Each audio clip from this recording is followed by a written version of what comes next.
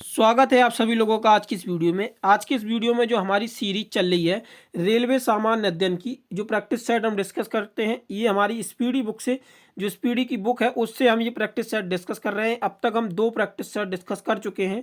पहले practice set में हमने सेट 1 से लेकर 6 तक कंप्लीट किया हुआ है और दूसरे प्रैक्टिस सेट में सेट 7 से लेकर 12 तक हमने कंप्लीट किया हुआ है। आज ये हमारा तीसरा प्रैक्टिस सेट रहने वाला है। तो यहाँ पे हम जो है 13 सेट से लेके 18 सेट तक यहाँ पे हम डिस्कस करने वाले हैं। और जिन्होंने ये पिछले प्रैक्टिस सेट नहीं देखे हैं 1 से लेके 12 सेट तक, तो आप लोग इनको जरूर देख लीजिएगा। ये बुक का पीडीएफ हम टेलीग्राम पे प्रोवाइड करा दिए हैं, तो वहाँ से आप इसको रिवाइज भी कर सकते हैं। और ये सेट आप लोगों के लिए बहुत ज़्यादा महत्वपूर्ण रहने वाले हैं आपके अपकमिंग एग्जाम्स के लिए। जो आपका एएलपी जेई के एग्जाम्स आने वाले हैं उनके लिए ये सेट रामबाण साबित होंगे। आपको पता ही होगा स्पीडी बुक कितनी ट्रस्टेबल बुक है और यहाँ से रेलवे के प्रश्न जो हैं वो आपको एग्जाम्स में ज़रूर देखने को मिलेंगे। तो बेहतरीन सेट है ये, आप इसको ज़रूर करें और वीडियो पूरा लास्ट तक ज़रूर देखा करें। चलिए चलते हैं हम सेट नंबर 13 से यहाँ पे हम डिस्कस करने वाले हैं। तो यहाँ पे पहला प्रश्न जो है यहाँ पे वन लाइनर फॉर्मेट में ही ये प्रश्न है और इनको हम वन लाइनर फॉर्मेट में ही कवर करने वाले हैं। तो यहाँ पे है जो खाने वाला मशरूम होता है ये आपका किस श्रेणी में आता है, तो ये कवक श्रेणी में आता है खाने वाला मशरूम। अगला है यहाँ पर भारत में काली मिट्टी का क्षेत्र जो है वो महाराष्ट्र तक ही सीमित है। जो काली मिट्टी का क्षेत्र है वो आपका महाराष्ट्र तक सीमित होता है। इसके बाद आता है नायलॉन बहुलक पहली बार कब प्रयोग किया गया। तो जो नायलॉन बहुलक है इसका पहली बार प्रयोग जो हुआ था वो शिकागो में इसका प्रयोग हुआ था। भारत का सबसे गहरा बंदरगाह जो है वो कौन सा है, तो ये विशाखापट्टनम बंदरगाह है जो आपका आंध्र प्रदेश में स्थित है। कौन सा, ये सबसे गहरा बंदरगाह है। और बिरसा मुंडा के गुरु आनंद पांडे थे। बिरसा मुंडा के जो गुरु थे वो आनंद पांडे इनके गुरु थे। कौन थे, आनंद पांडे। भारत का सबसे ज्वारीय बंदरगाह कौन सा है, तो ये कांडला बंदरगाह जो है वो भारत का सबसे ज्वारीय बंदरगाह है। कालाहारी रेगिस्तान ये कहाँ पे है, तो जो दक्षिणी पश्चिमी अफ्रीका है ये बोत्सवाना में स्थित है कालाहारी। तो दक्षिण पश्चिमी स्थान में बोत्सवाना स्थान पड़ता है, उस स्थान पे ये आपका कालाहारी रेगिस्तान पड़ता है। पेरिस सीन नदी के किनारे पर बसा हुआ है। कहाँ पे है पेरिस, तो ये सीन नदी के किनारे पर स्थित है। अगला प्रश्न देखते हैं। सेशेल्स हिंद महासागर में स्थित है। सेशेल्स कहाँ पर स्थित है आपका, ये हिंद महासागर में स्थित है। अनुवांशिकी उत्परिवर्तन डीएनए में होता है। तो जो अनुवांशिकी उत्परिवर्तन होता है वो आपका डीएनए में होता है। किसमें, डीएनए में। डीऑक्सी राइबो न्यूक्लिक एसिड होता है ये डीएनए का। और इसके बाद आता है ग्रेट ऑस्ट्रियन बेसिन, यह आपका ऑस्ट्रेलिया में स्थित है। अष्टदिग्गज का संबंध किससे है, तो कृष्णदेव राय का जो अष्टदिग्गज का संबंध है वो कृष्णदेव राय से है। विट्ठल स्वामी के मंदिर को कृष्णदेव राय ने बनवाया था। जो विट्ठल स्वामी का मंदिर है वो किसके द्वारा बनवाया गया था, तो ये कृष्णदेव राय के द्वारा विट्ठल स्वामी का मंदिर बनवाया गया था। अगला आता है चंद्रप्रभा राष्ट्रीय वन्य प्राणी अभ्यारण्य। तो ये कहाँ पे स्थित है, तो ये आपका उत्तर प्रदेश में आपका स्थित है। मध्य प्रदेश में नेपनगर न्यूज प्रिंट फैक्ट्री के लिए प्रसिद्ध है। तो जो नेपनगर जो है मध्य प्रदेश में वो न्यूज प्रिंट फैक्ट्री के लिए ये प्रसिद्ध है, नेपनगर। हैदराबाद तथा सिकंदराबाद जुड़वा शहर कहलाते हैं। हैदराबाद और सिकंदराबाद ये क्या कहलाते हैं, तो जुड़वा शहर ये दोनों कहलाते हैं। अगला आता है आपका वायुमंडल के समताप मंडल में स्ट्रेटोस्फीयर के ओजोन का घनत्व सबसे अधिक होता है। तो जो वायुमंडल में समताप मंडल होता है यानी कि स्ट्रेटोस्फीयर, इसमें ओजोन का जो घनत्व होता है वो सबसे अधिक होता है। तो ये आपका था सेट नंबर 13। अब देखते हैं हम set number 14। Haryana hurricane Kapil Dev को कहा जाता है। हरियाणा हरिकेन किसको, कपिल देव को कहा जाता है। प्रोटीन के निर्माण के लिए आधारभूत इकाई क्या होती है, तो एमनियो अम्ल होता है जो ये प्रोटीन के निर्माण के लिए आधारभूत इकाई होती है। दक्षिणी ध्रुव पर पहुंचने वाला प्रथम व्यक्ति कौन था, तो एमुंडसेन नॉर्वे के जो थे ये आपके दक्षिणी ध्रुव पर पहुंचने वाले पहले व्यक्ति थे। अगला आता है कानपुर से भारत में 1857 की क्रांति के नेता कौन थे, तो नाना साहेब जो थे ये आपके कानपुर के क्रांति के थे। और बिहार की अगर हम बात करें 1857 की क्रांति, और 1857 की क्रांति का मेन कारण क्या था, जो सुअर वाली चर्बी थी उसके कारतूस करने से मना कर दिया गया था और मंगल पांडे ने उस समय इसका विद्रोह किया था। और 1857 की क्रांति में जो झांसी से नेतृत्व किया था वो रानी लक्ष्मीबाई ने, और बिहार से कुंवर सिंह ने किया था, और जो लखनऊ से थे वो हजरत बेगम महल ने इसका विरोध, क्रांति के जो नेता थे लखनऊ से, वो हजरत बेगम बहल थी और झांसी से आपकी रानी लक्ष्मीबाई। भारत में सबसे बड़ा नदी मुख हुगली नदी पर है। जो सबसे बड़ा नदी मुख है वो आपका किस नदी पर स्थित है? तो ये आपका हुगली नदी पर पड़ता है। संघीय सरकार में खर्चे को नियंत्रित करने के अधिकार किसको है? तो ये संसद को जो है वो खर्चे को नियंत्रित करने के अधिकार होते हैं। एकमात्र केंद्र शासित राज्य दिल्ली में उच्च न्यायालय स्थित है। जो आपकी यूनियन टेरिटरी है, केंद्र शासित राज्य, वो एक सिर्फ ऐसा ही यूटी है जिसमें कि आपका न्यायालय स्थित है। वो कौन सा राज्य है? वो आपका दिल्ली है। सिलिकॉन के क्रिस्टल की आकृति पिरामिडियन होती है। तो जो सिलिकॉन होते हैं, जो सिलिकॉन की क्रिस्टल्स होते हैं, उनकी जो आकृति होती है वो पिरामिडी होती है। D2O को मंदक के रूप में प्रयोग किया जाता है। जो D2O होता है इसको मंदक के रूप में प्रयोग किया जाता है। और क्लोरोक्वीन अश्वी गैस होती है। तो ये आप सभी लोगों को पता ही होगा। जो आंसू गैस होती है इसको हम किस नाम से जानते हैं? तो क्लोरोपिकीन होती है। और सेल्यूलोज प्राकृतिक बहुलक यौगिक का उदाहरण होता है। जो सेल्यूलोज है ये प्राकृतिक बहुलक यौगिक का ये एक उदाहरण है। बांग्लादेश में गंगा नदी को क्या कहते हैं? तो आप सभी लोगों को पता ही होगा। बांग्लादेश में गंगा नदी को हम पद्मा के नाम से जानते हैं। तानसेन का असली नाम क्या था? तो रामतनु पांडे जो था वो तानसेन का असली नाम था। अगला प्रश्न आता है, ओलंपिक पदक जीतने वाले प्रथम भारतीय कौन थी? तो कर्णम मल्लेश्वरी जो थी वो ओलंपिक पदक जीतने वाली पहली भारतीय महिला थी। और त्रिभुवन दृष्टि सांप में पाई जाती है। त्रिभुवन दृष्टि किस में पाई जाती है? तो ये सांप ऐसा जानवर होता है जिसमें ये पाई जाती है। अगला सेट देखते हैं, सेट नंबर 15। सेट नंबर 15 में अगर हम बात करें तो पहला प्रश्न आता है, प्रोटॉन और इलेक्ट्रॉन के द्रव्यमान का अनुपात क्या होता है? तो 1:1840 ये आपका प्रोटॉन और इलेक्ट्रॉन के द्रव्यमान का अनुपात होता है।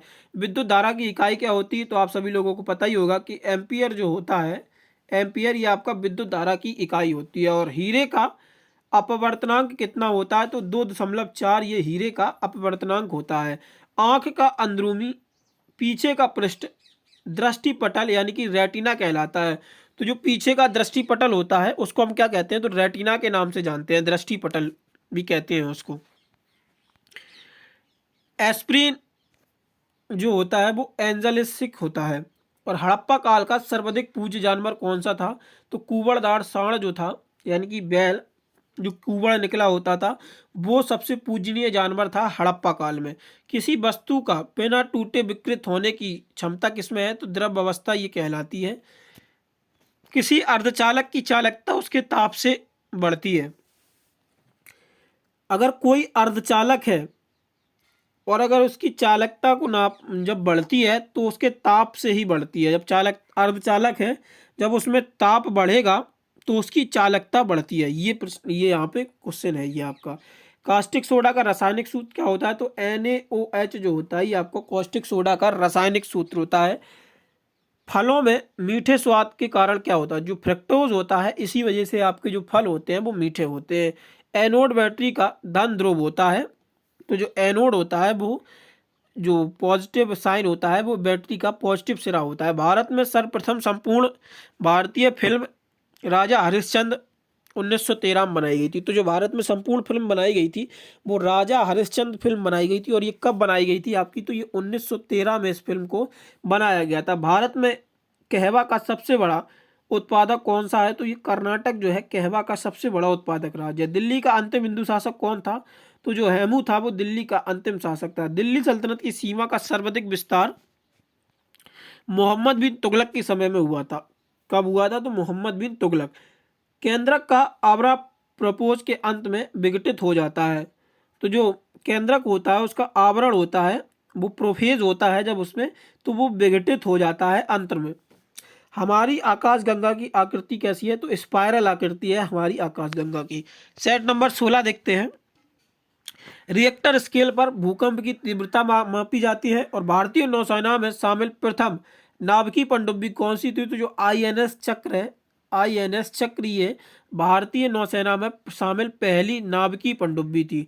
टोर्नाडो का संबंध किससे है? तो ये चक्रवात से टोर्नाडो का संबंध है। धान के लिए 150 सेंटीमीटर वर्षा आवश्यक होती, कितनी? 150 सेंटीमीटर। टहरी बांध ये आपका कहाँ पे है? तो ये आपका भागीरथी नदी पर आपका टहरी बांध स्थित है और ये उत्तरांचल में स्थित है।